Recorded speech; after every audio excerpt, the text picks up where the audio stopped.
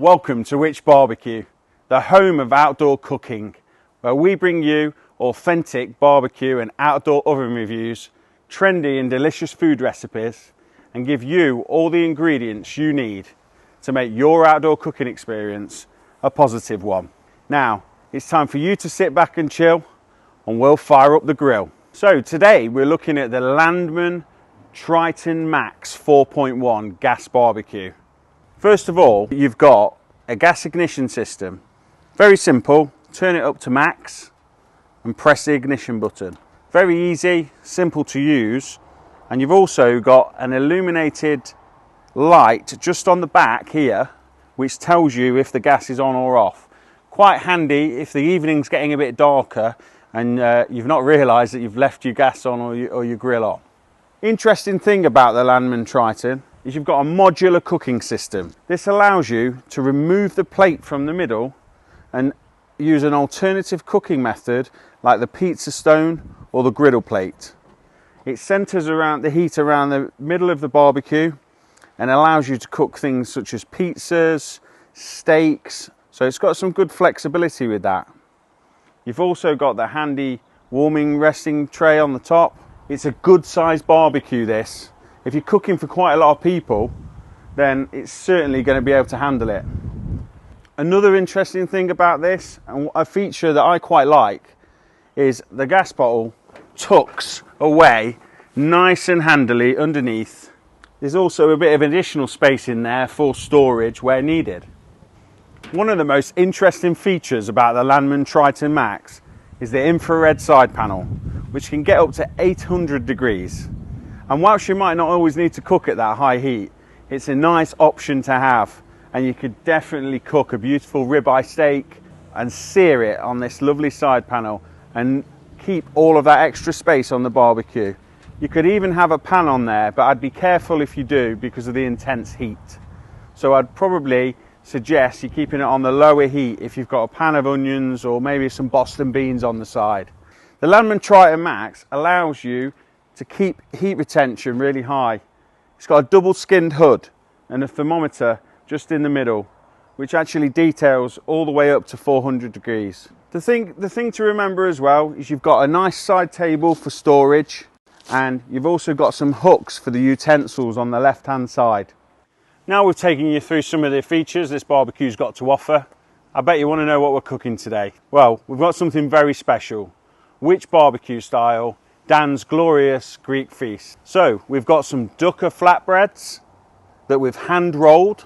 We've got some gyros style kebabs, and we've got a stuffed burger which is made with beef and lamb mince. It's got some oregano and feta, and it's got some beautiful flavours through there, and it's been kneaded, that meat has, to allow that elasticity so it all holds together and we can keep that wonderful salty feta inside. We've got a nice Greek salad to accompany it.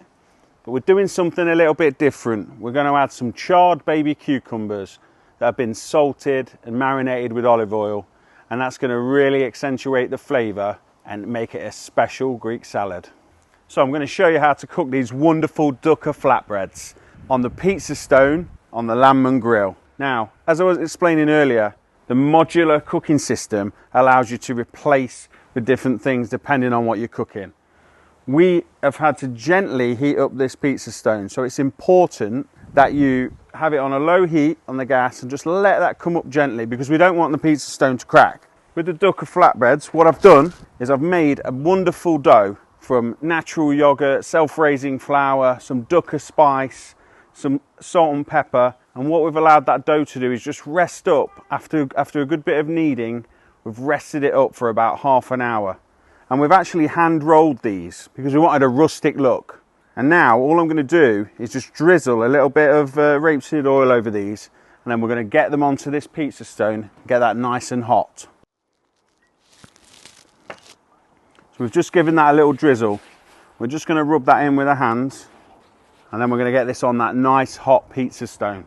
This is a really excellent feature on this barbecue. It adds a real point of difference to impress your friends. Just popping those on now. Make sure it's nice and hot when it goes on. And we're just going to turn up the heat slightly now. We're going to close that lid and allow it to really get cooking. So now it's time to cook these wonderful stuffed burgers. As we mentioned, they're made from beef and lamb mince, and we've kneaded the mince and made it beautiful and elastic so we can make a seal around the oregano and feta in the middle. What you need to do is whisk yourself off to the Greek islands. Imagine yourself sat there with a bottle of wine, listening to wonderful Greek music in that hazy evening heat. This infrared side grill can get up to 800 degrees, so it's perfect for searing and getting all that colour and caramelisation on. Important to remember, as always when cooking burgers, don't go messing around with them and pressing it. Just turn them once. With these ones, they are quite thick, so leave them on for a good 4 or 5 minutes before you turn them. So we've got it all going on here now. We've changed out the pizza stone and we've put back the standard griddle plate that comes with it. With our flatbreads, we cooked them for around 4 to 5 minutes on each side. But to be honest with you, our stone probably wasn't as hot as you need it to be. We realised that we needed to close down the lid and allow it to get a lot hotter, up to past 300 degrees, before we put the bread onto the stone. The burgers are sizzling away nicely, and now we're going to cook our chicken gyros kebabs. Again, make sure you get this nice and hot before you start sealing it.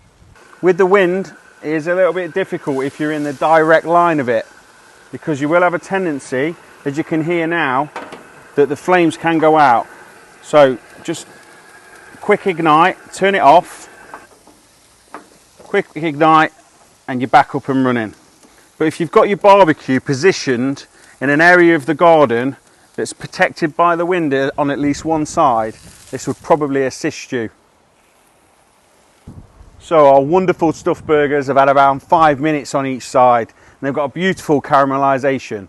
Now we're going to transfer them to the main grill so they can just keep cooking nice and slowly. What we've found with the chicken kebabs is they're not really colouring up on the main griddle. So we're actually going to transfer them to the side griddle and get the heat up and get them going. And immediately you get that sizzle that you expect from a good barbecue. We're not getting that on the main grill, so we've had to transfer it. So we've had a marinated gyros chicken kebabs on for around 10 to 12 minutes now. Just keep turning them every couple of minutes, so you'll get a nice even caramelisation all the way around the kebabs.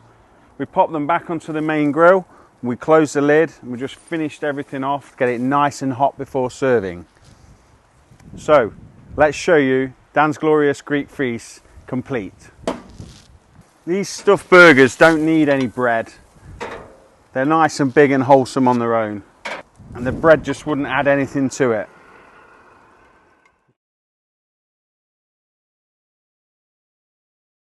Don't forget, we've got our wonderful ducker spice flatbreads, and we've made a lovely Greek salad with salted baby cucumbers just to complement everything, and some zesty tzatziki. But don't worry, you'll be able to access all the recipes. So just to summarise on the Landmann Triton Max Gas BBQ, it's a great looking piece of kit and it's a good size, but it took us around 2 hours to put together, so you need to make sure you allow enough time for this. In terms of the cooking, I really like the infrared side burner. It gives us brilliant caramelisation, it would be brilliant for cooking steaks, and it gives you that really great barbecue experience. I have to say I was a little disappointed with the main grill. It took a long time to come up to temperature and it struggled to maintain it, although it has been a windy day here. The interchangeability is also a great feature. With the griddle plates, the pizza stones, and lifting out the main griddle plate, that's really great. I would recommend though that you keep the hood closed for as long as you can and make sure you get that temperature right up before you cook it. I hope you've enjoyed our review of the Landmann Triton Max today. Don't forget to like and subscribe. Also, if you head over to whichbarbecue.co.uk, you can download our recipes and how-to guides for free.